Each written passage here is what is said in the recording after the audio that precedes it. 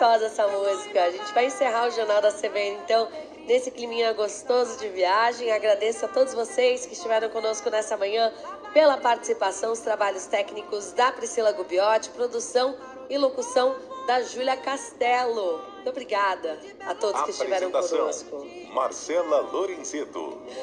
Vamos juntos, então, agora curtir o nosso fim de semana que já está no ar. Obrigada pela sua companhia.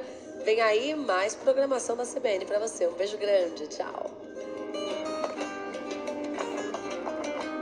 Lá vai o maquinista, passou em Valadares. Lá vai o trem de Minas, fumaça pelos ares.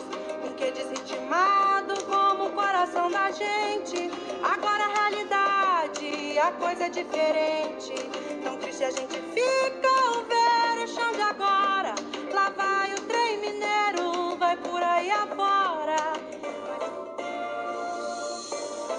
Jornal da CBN.